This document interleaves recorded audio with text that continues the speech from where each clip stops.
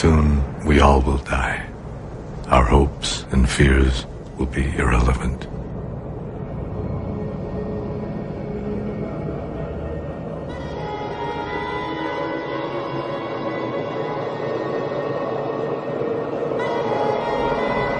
On the luminous continuity of existence, which has no origin and which has never died, human beings project all the images of life and death, terror and joy, demons and gods.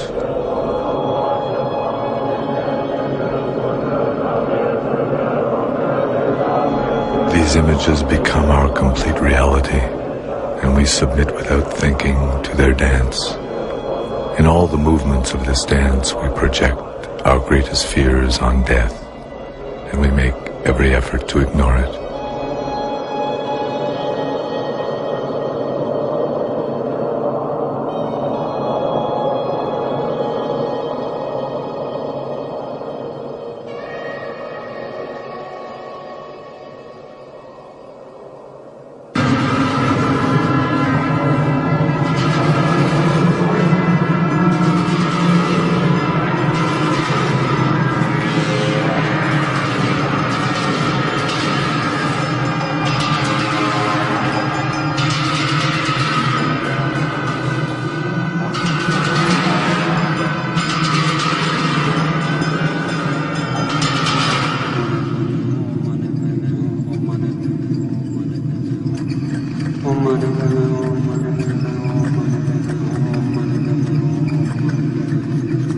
Anything that has a shape will crumble away. Anything in a flock will disband. We are all like bees, alone in this world, buzzing and searching with no place to rest. So we offer this prayer. Delusions are as various as the reflections of the moon on a rippling sea. Beings so easily become caught in a net of confused pain. May I develop compassion boundless as the sky, so that all may rest in the clear light of their own awareness.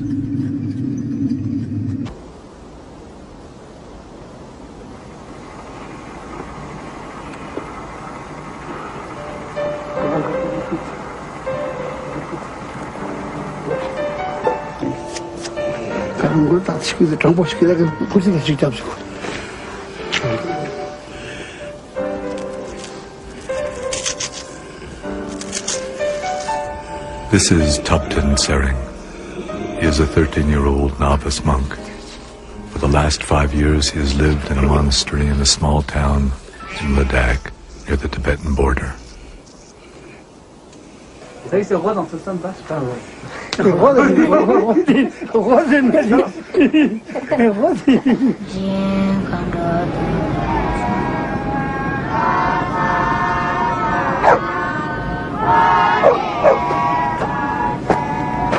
This is Tubten's teacher, Lama Pema Shoden. Like Tubten, he was born into a poor farm family. He has spent all his life studying and practicing the Buddha's teachings.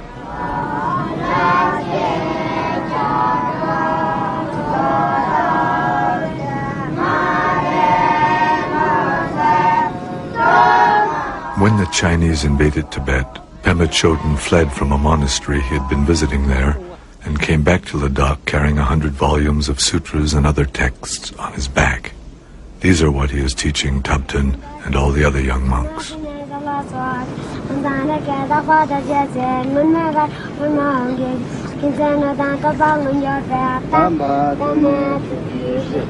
Sutras are the records of the Buddha's words. Pema Chodron shows how they have guided people on the path of awakening for more than 2,000 years. He is careful that his students learn their true meaning and know how to apply them properly in daily life. Buddhism is always taught this way, directly from teacher to student, and Pema Chodron teaches just as he was taught.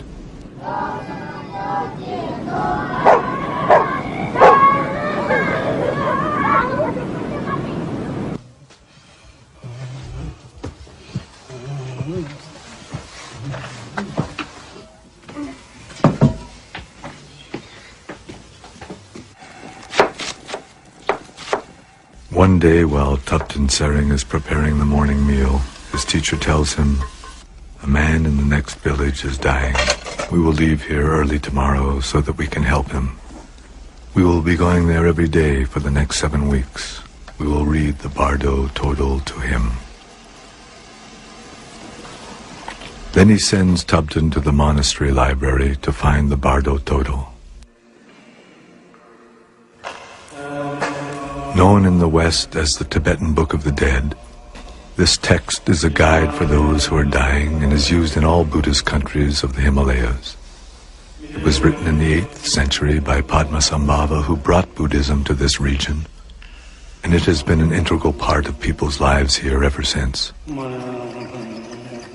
The Bardo Total will be read aloud to the dead person for 49 days, which is the usual length of time between death and rebirth.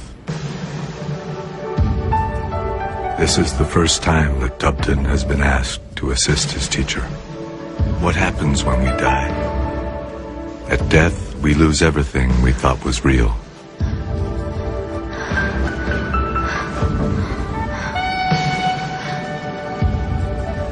Unless we can let go of all the things we cherished in our life, we are terrified.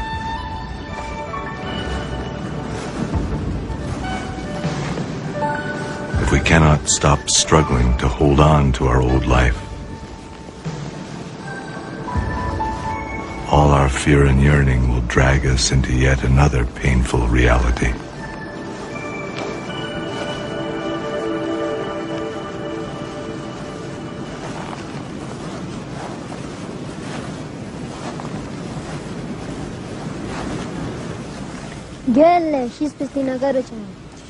But where does the consciousness actually go? We are always wandering through transitional states called bardos. The name of this text means the great liberation through hearing in the bardo, and it describes the transitions from death to life. As we read the text aloud to guide the dying man, what happens will become clear to you.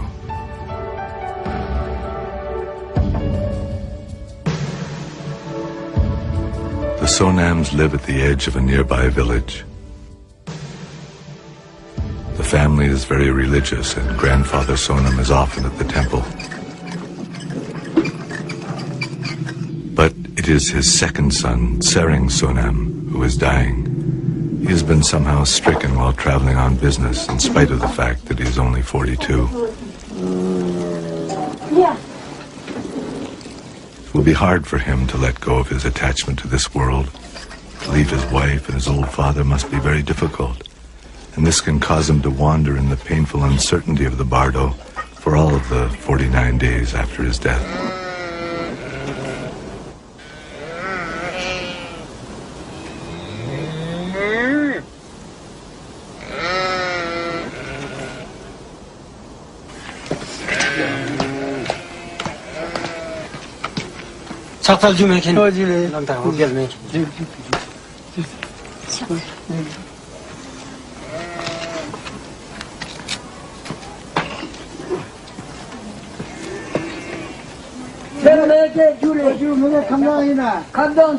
Thank you for coming to us. Are you well, old man? I'm all right. But my son... The Lama will do all he can for the dying man and also for his family, who themselves must be grief-stricken at the suddenness with which they face the loss of beloved son, husband, and kinsman. The bardo of dying lasts from the beginning of the body's physical collapse until the body and consciousness separate. While we are living, the elements of earth, water, fire, and air together support and condition our consciousness and our perceptions. Death occurs when this is no longer the case.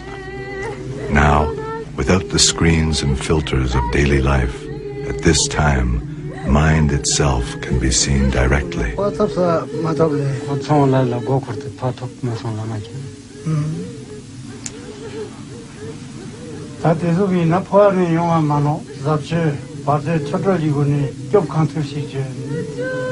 We will now begin to read the Bardo Total.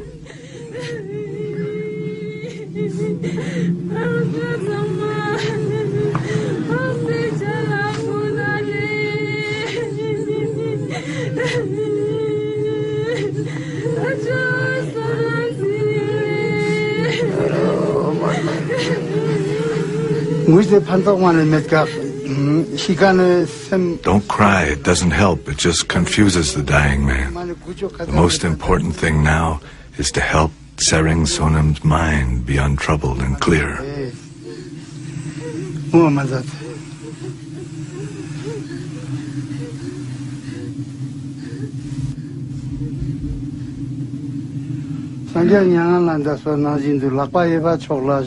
First, move him onto his right side. Then, as in this statue, he will be lying in the same way the Buddha did at his own death. In this position, it will be easier for his life force to become peaceful.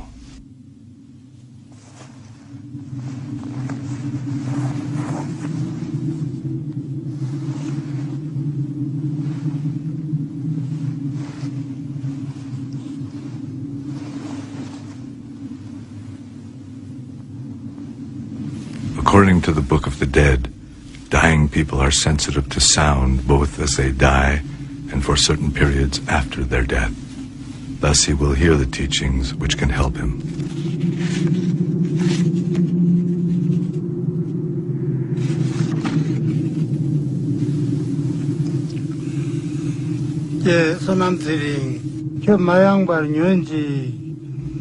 Tsering Sonam, we are here to help you. Tsering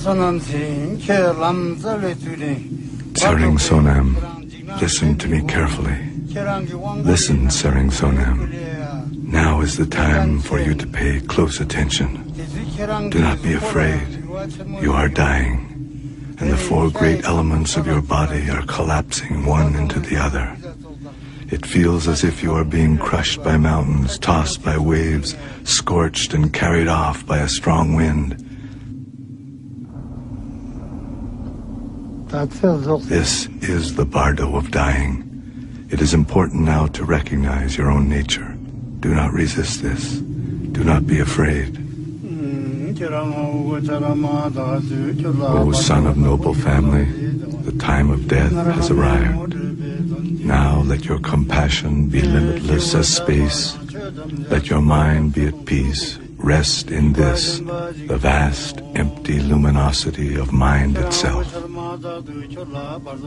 The Tibetan Book of the Dead describes the collapse of the body's constituent elements. Earth collapses into water, water collapses into fire, fire collapses into air, and air dissolves into consciousness. Then there is an experience of piercing luminosity, pure white light, the clear radiance that arises from the direct experience of one's own basic nature.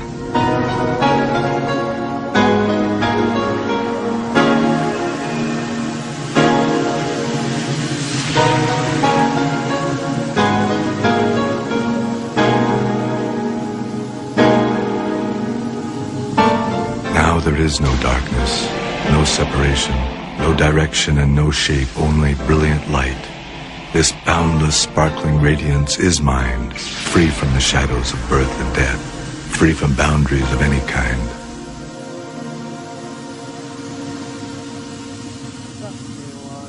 Tsering Sonam, listen.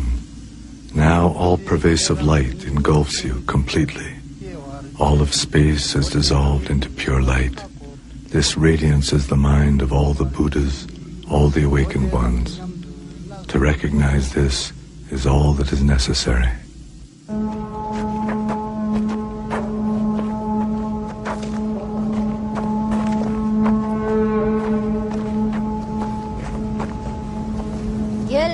Teacher, what happens to him if he doesn't recognize his own nature? Well, there were definite indications that he did not recognize it, so it is as if he has fallen into a dreamless sleep. Can he still hear? No, but in 3 days' time, his consciousness will hear more clearly than ever before.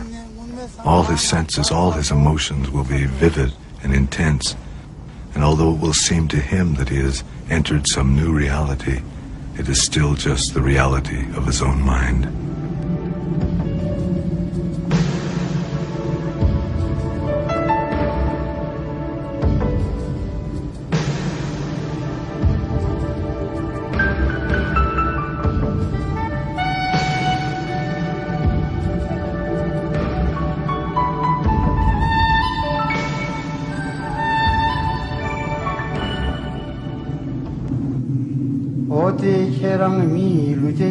Because you didn't recognize your real nature, you have wandered here, and your own mind will now arise before you in unfamiliar ways.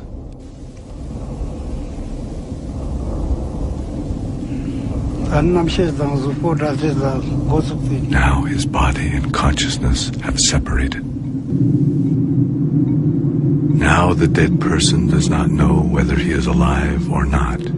Even so, he can see his family and hear them crying.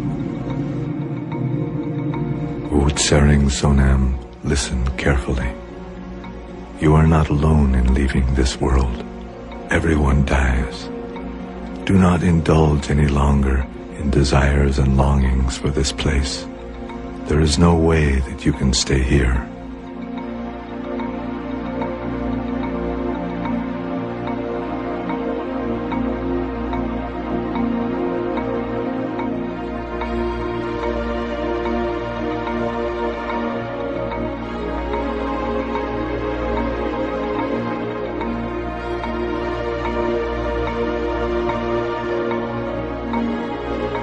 Because the dead person was unable to recognize the luminosity of mind itself, his experiences now take shape out of random imagery from his former life.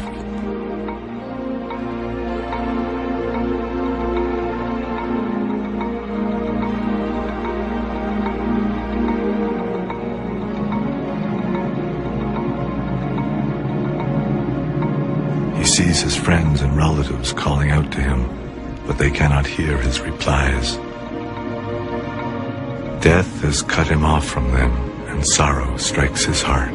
He sees his family and relatives crying. He can see his bed, but he is no longer the one lying there. Instead, there is a corpse.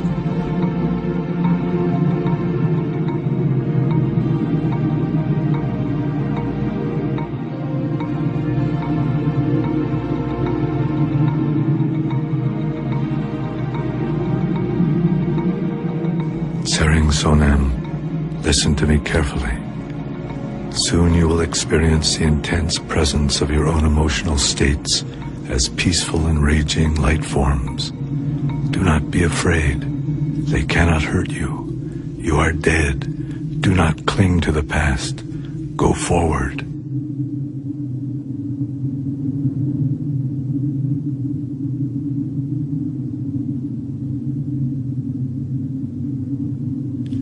Sering Sonam, go forward. You are dead. Do not cling to the past.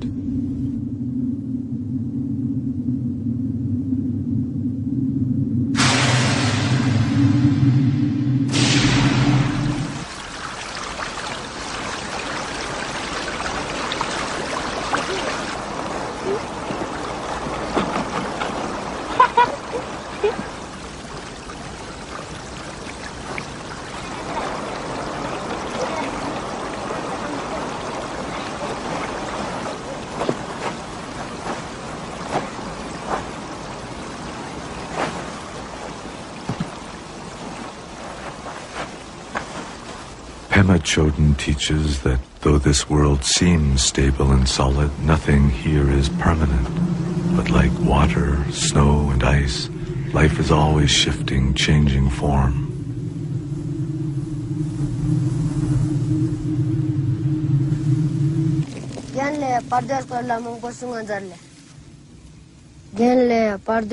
Please tell us more about the bardo.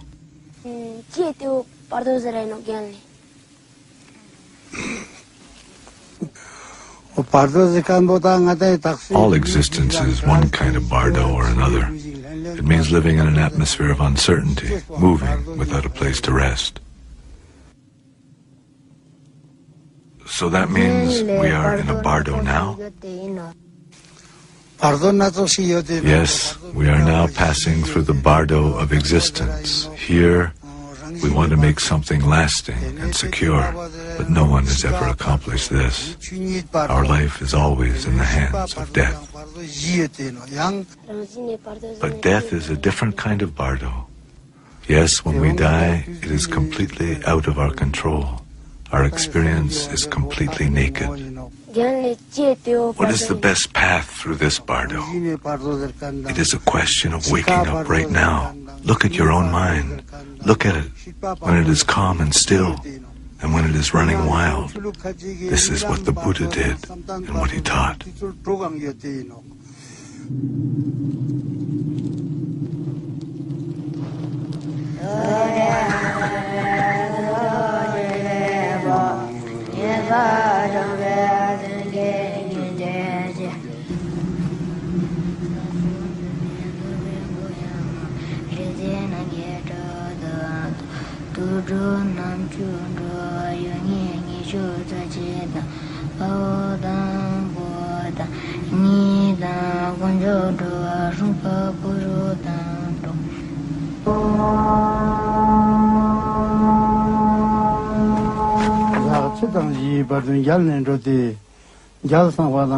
Sering Sonam, listen carefully. You do not know who you are or where you have been. Now you will meet your mind in the form of projections which seem vivid and entirely real. Now you will see penetrating blue light shining all around you. This is the essence of consciousness itself, Buddha Vairochana. His wisdom is like a mirror, reflecting everything. He is the form of consciousness in its complete purity. This wisdom is inseparable from your own heart. But also, you will see a diffuse white light. Avoid it. If you follow the allure of the soft white light, you will find yourself ensnared in the temporary pleasures of being born as a god, living in lordly ignorance of the passage of time, yet subject to unexpected death.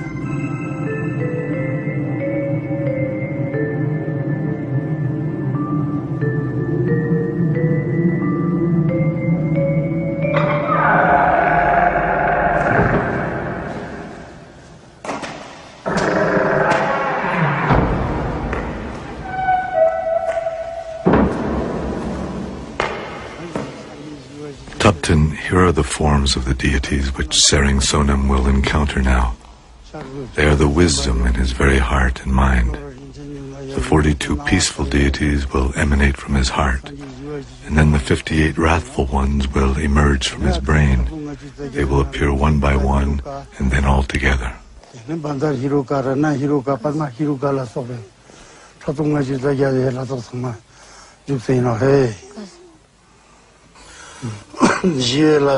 The peaceful deities are complete, immovable, invincible.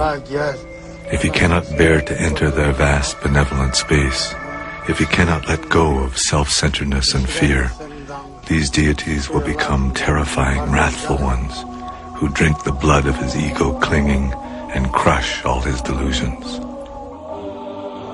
If he recognizes them as an expression of his own mind, they are the unsparing face of wakefulness.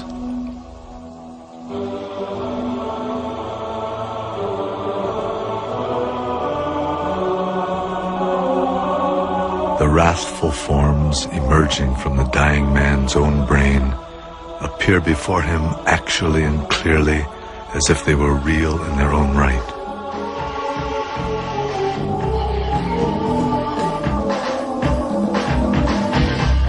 Terror and anger he feels are his own efforts to evade being completely awake. He wanders uncertainly in the landscape of his own mind. If he recognizes this as his own projection, liberation is instantaneous.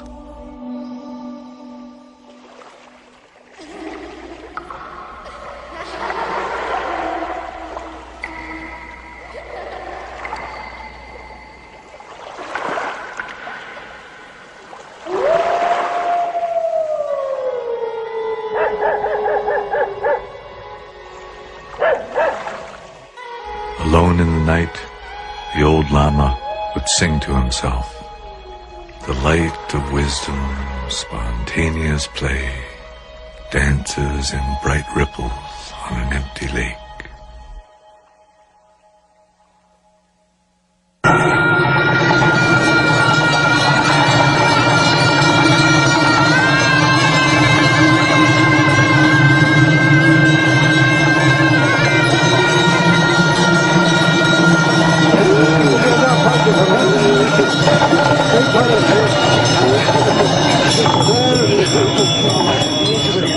Days after his death, Tsering Sonam's body is cremated, in order that he may no longer cling to his former body, and so that his relatives and loved ones may release him from the bonds of their attachment to him. His body is offered to the fire.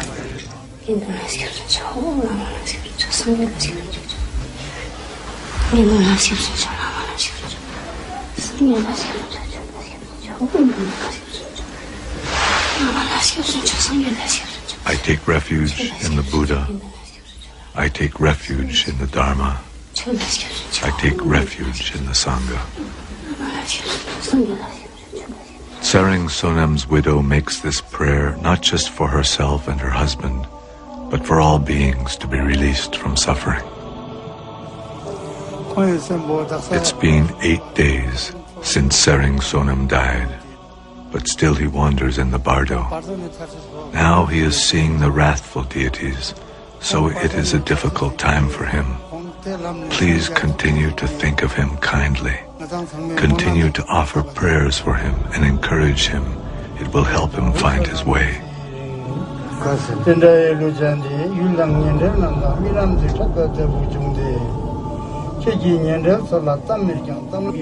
Tsering Sonam, now pay attention. Do not be afraid or bewildered. The great wrathful ones are now appearing before you. They are the presence of your innate wisdom, the vivid form of your own wakefulness. Recognize them as a reflection of your own mind. Recognition and liberation are simultaneous. All of us feel sparks of anger, flickers of passion, twinges of jealousy, small moments. But from these seeds, we grow to become a jealous person, an angry woman, a passionate man.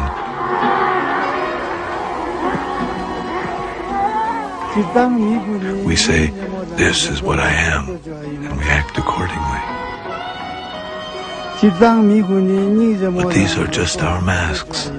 We forget that we are wearing them, and we run from the ones which others wear. So really these wrathful deities are just part of us? Yes. That's why I say it's impossible to run away from them. They are the sharpness of your own clarity. They are all in your head. But still, it's hard not to find them frightening.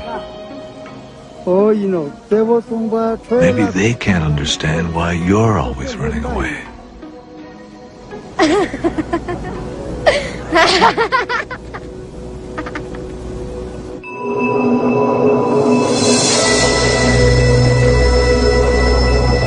Then, all together and all at once, the peaceful and wrathful deities come before the dying man, filling the whole of space. If he does not recognize these as his own projections, then they transform into the terrifying image of the Lord of Death, with gnashing fangs and glassy eyes. This too is his own projection. But if he does not accept that, his fear and turmoil force him to wander on in terror to the bardo of rebirth.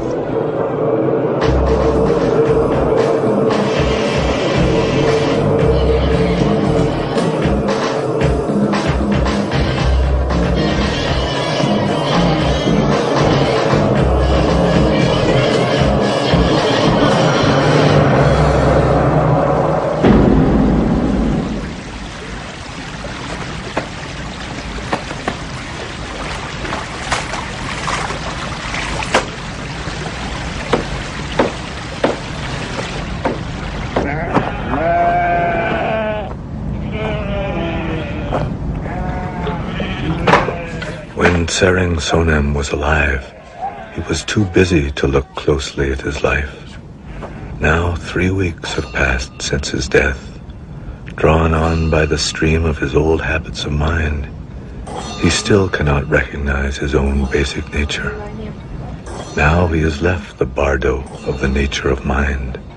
Again he is lost and wandering, so now he seeks to end his suffering by being born into a solid and familiar place. Now in the bardo of rebirth, all his senses have become extremely acute, and his consciousness is like a body without substance. In this body, the dead man, by a mere thought, can travel anywhere. As if he had miraculous powers, he can pass through mountains or circle the universe.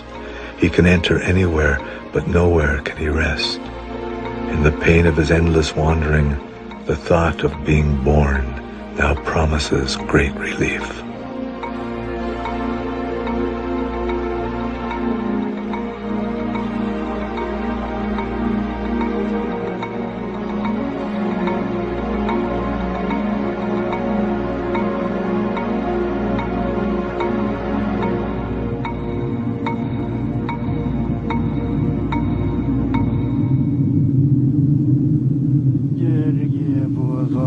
Tsering Sonem, listen carefully.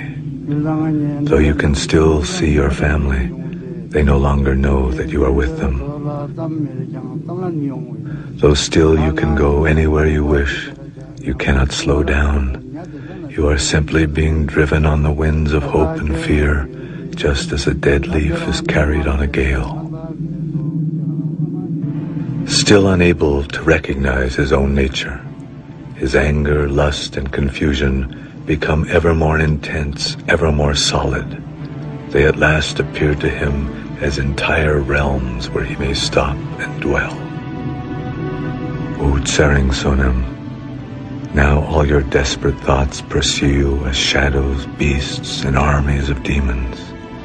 You will move about, backwards and forward, towards anything that appears. The image of your former body is becoming faint, and the image of your future body is becoming clear. Any birth seems better than your current pain. Tsering Sonem, this will be your last chance. Let your grasping mind dissolve completely. Whether you are born as a god or a human or an animal, whether you are a hungry ghost, a jealous god, or a hell being, you will again suffer the inescapable torments of living and dying.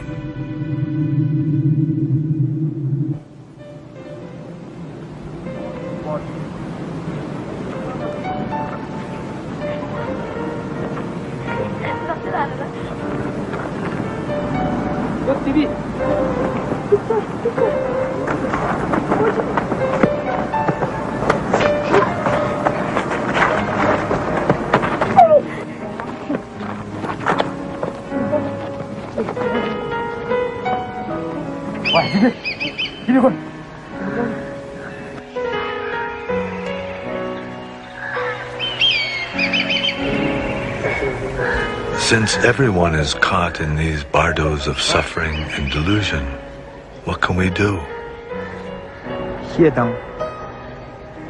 People make hell realms out of their own anger. They make worlds out of passion, out of envy or complacency. We project our emotional states and then believe it is the real world. But no matter what, everyone longs for compassion. Everyone wishes to be awake. So the best thing is to develop genuine compassion for all beings, and for ourselves too. And our compassion should extend beyond our friends and family and the people we like. It must extend to all people and to all living beings.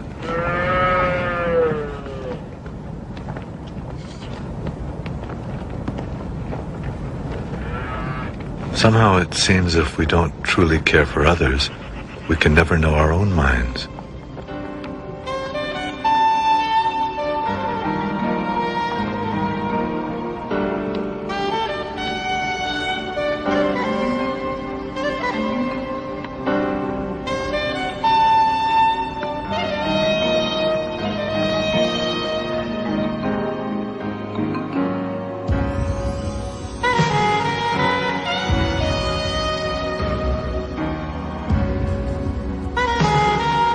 Remember, Tupton, you can have lofty insights and pure impulses, but then return to your old habits without even noticing. We have to work all the time to open our hearts and look for the truth. Otherwise, there is neither understanding nor a purpose for understanding. Also, Tupton, it's not a bad idea as life goes by to keep your sense of humor.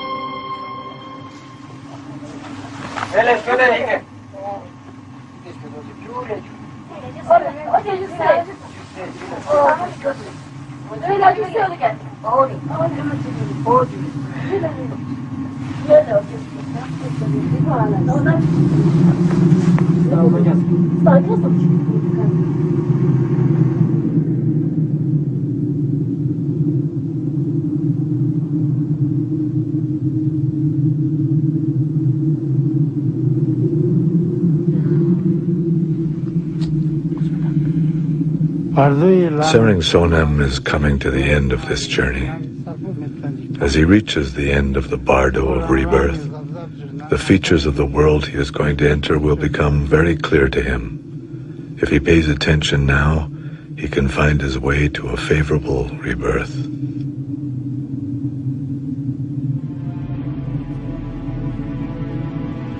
Sering Sonam, listen carefully. You are now on the path to rebirth. Choose carefully where you are to be born. In all the possibilities that are present for you, choose a good human birth in a good place so that you can continue on the path to recognize your own mind. Even though you are desperate for a home, a dark cave in a forest may well lead to a birth in the animal realm.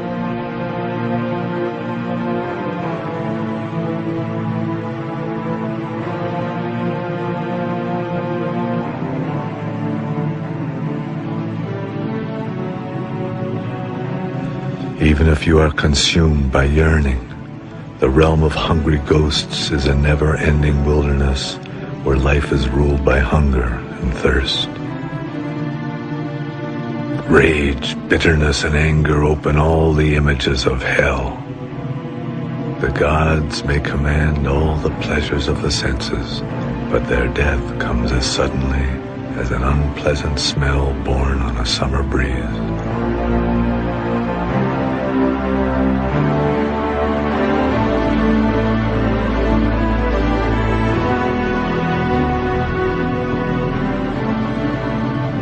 Put your mind at ease.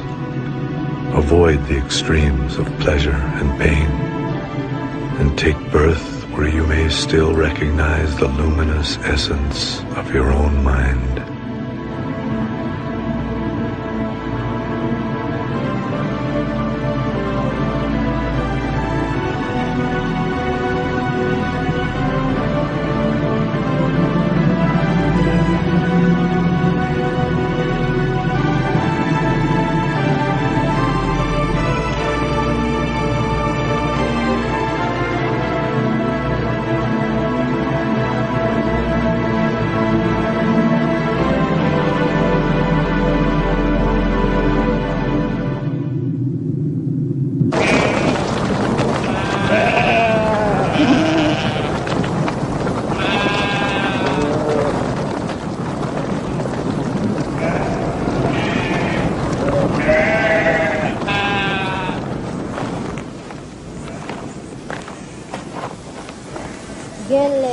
Will Tsering Sonam remember much of his journey when he is born again? He just was... No. He may be more sensitive in some ways, but he will still be starting out new.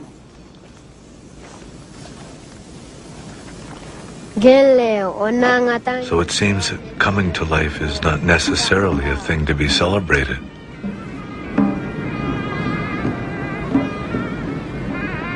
Just as death is not always something to be mourned, being born is not necessarily a joy in itself. Then what is the meaning in our journey through life and death? Seeking the truth and practicing compassion, that is the way life becomes meaningful.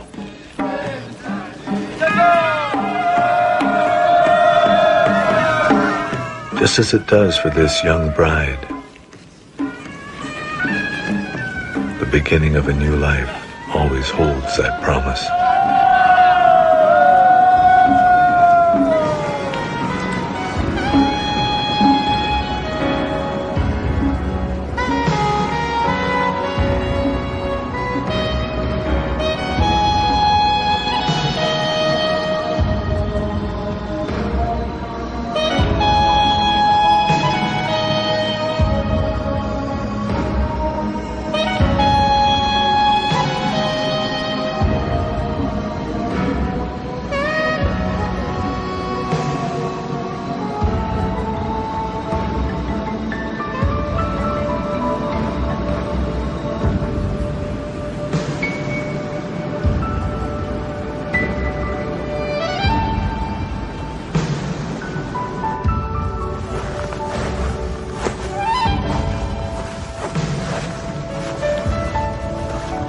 When you are born, you cry, but the whole world is overjoyed. When you die, the world cries, but you may find the great liberation.